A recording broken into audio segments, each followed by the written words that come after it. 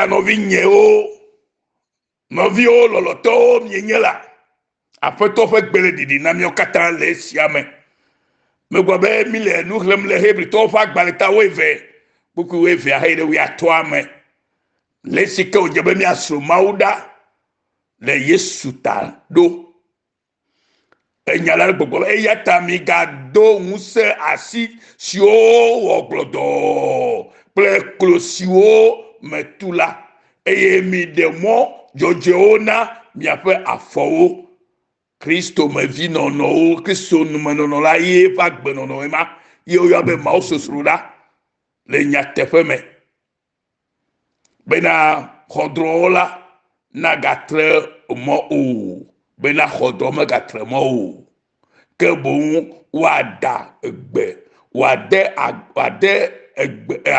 wo ŋu ke boŋ woade agbe wo ŋu Alléluia. Midi ŋutifafa na amewo katã kple kɔkɔenyenye hã yome elabena ame aɖeke mate ŋu akpɔ aƒetɔ la ne nu sia mele eŋu o. Kɔkɔenyenye ne kɔkɔenyenye mele ŋu o la mate ŋu akpɔ aƒetɔ la o.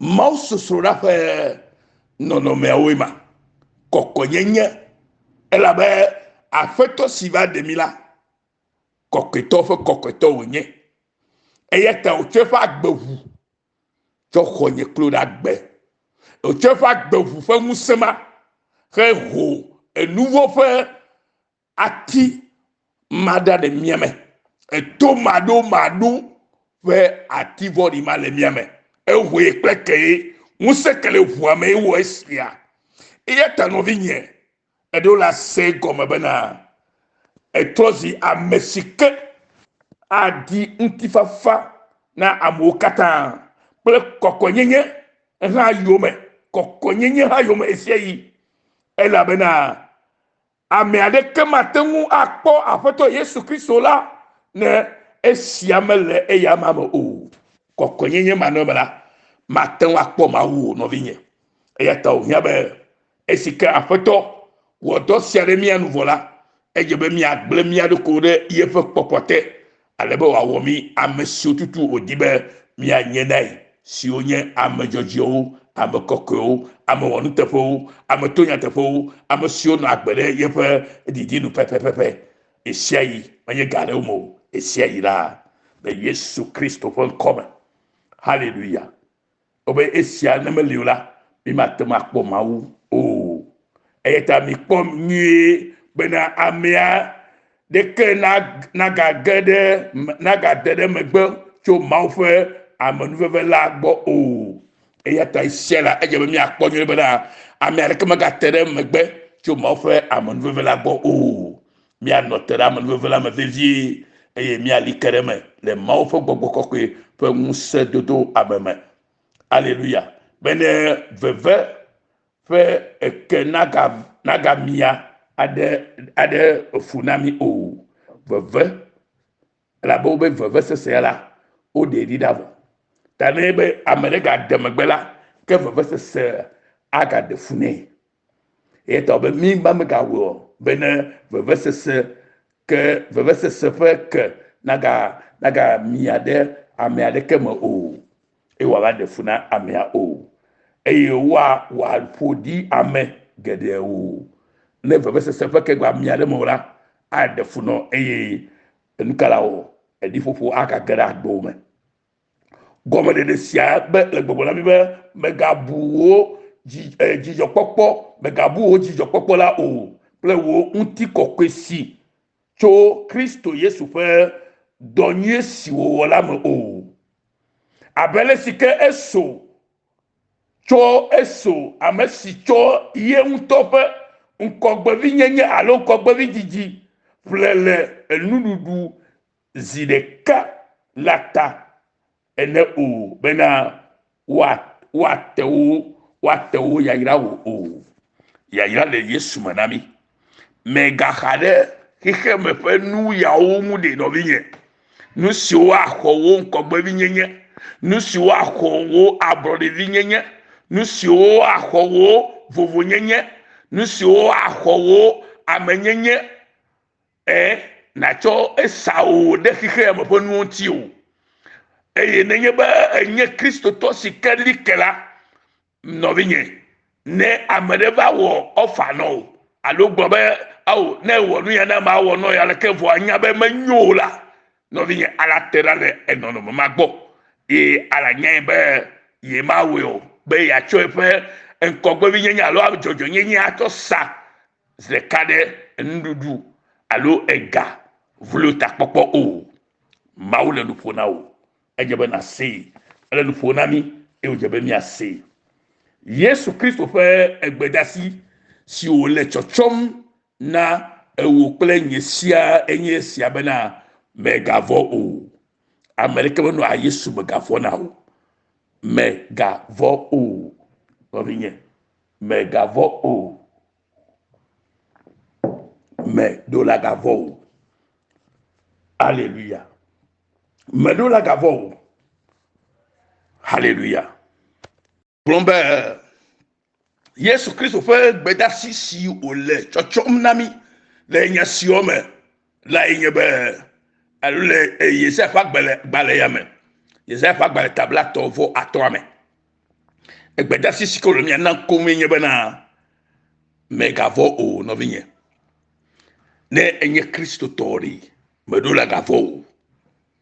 Vɔvɔ ɖo le adogo le me o, vɔvɔ ɖo le asi le me o, la be ame si ke wodo ŋgbe na wo la, nuteƒewɔla kple dzɔdzɔnyitɔ wònye.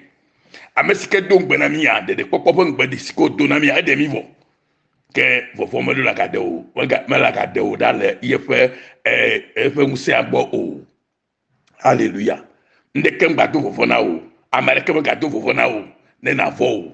Ne vɔvɔm la, ke alate tsɔ wo agbe asa vɔ, eye agbe sa vɔ ya la, ye nye be natsɔ nadi xixe me ƒe nu yawo, eye enu nagble na wo. Elabe nenye be vɔvɔ mele me o la, alali ke ɖe mawo me, eye nenye ŋɖe kpekpe dzɔdzɔ le axawo dzi hã la, megakpɔ gbɔ o. Ewo ŋku anɔ aƒetɔ ɖeɖe dzi le Yesu ƒe ŋkɔme. Eya ta le Yesaya ƒe agbalẽ si míexlẽ la gblɔe na mi le kpukpui 4 me bena mi gblɔ na ame siwo ƒo dzi ɖe le la be mi lé dzi ɖe ƒo, mi gavɔ o. Alléluia. Mi gblɔ na ame siwo ƒo dzi ɖe le la bena mi lé dzi ɖe ƒo, mi gavɔ o. Kpɔɖa, mia Mawu enye si. Hlɔ biabia gbɔna. Mawu ƒe teƒeɖoɖo eya ŋutɔ gbɔna ne wòaxɔ na mi, aɖe mi le míaƒe futɔwo ƒe asi me. Aƒetɔ le gbɔgblɔ me megavɔ o, bena lé dzi ɖe ƒo, megavɔ o, lé dzi ɖe ƒo la, lé dzi ɖe ƒo megavɔ o, vɔvɔ megba ɖo o, ke kpɔɖa, Mawu tɔ gbɔna, ye nye si le gbɔ o, ye si le mía me, ye nye si le mía ta kpɔm. Hlɔ biabia gbɔna Mawu ƒe teƒeɖoɖo eya ŋutɔ gbɔna ne wòaxɔ na ame sia ame si ke ɖo ŋu ɖe ŋu. Nɔvinye, ɖo ŋu ɖe Mawu ŋu egbea, ne nàkpɔ yeƒe ŋutikɔkɔe ƒe dɔwɔna le agbezawo me. Enya la gblɔe na mi be ɖe megavɔ o, ele vevie bena wo kristotɔ meɖo la gavɔ o. Abe leke ye English gblɔe na mi be do not fear. Do not fear. Say to those with a fearful heart, be strong and do not fear, for your God is coming to destroy your enemies. He is coming to save you. Isaiah 35 verse 4. He is coming. Who is coming? Jesus, God, to save you. God is coming to destroy your enemies. So do not fear. Do not fear.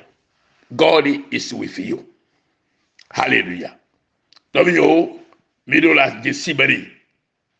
Donc on est zasi kama Yesu Kristo la ida kishu kamkia. Egbona ife nusoro bana. O mega na bo fo chi na fufu nyanyanya o. Ke edeji depo na bana. Ona do khose, ona no khose, ona le khose made asivevie. Ela bana yedu futola jivo. Hallelujah.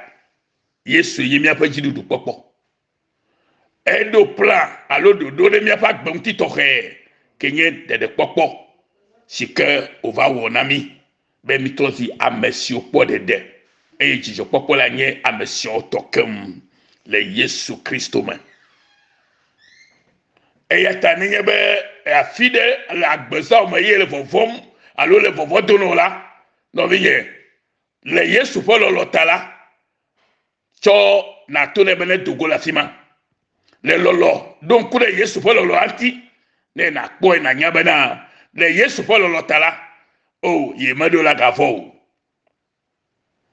e yata na be polo na do na khotefe na afisike vovo le la gbo me la be bible aglo na bi yire bana e lolo vavala e na be vodi vovo dogo na la meme lolo vava ne lo afeto la vavala vovo a dogo le mo le khose que la sione e yama untita no be yo afeto ne irabi e je mi asenya ma ufo lolo sia gome e la be lolo vava onye lolo sikeme dana o ye mo to lemi e yeta to no bana ndeke megali agavo na lechi defo megavo na neke eku alo nusi anabe vovo ano ejioma o etu efede miata etu nouveau fefede miata eta bagavo nouveau magogo agbado Yesu tu efefo hoho no bien megavo ndekebo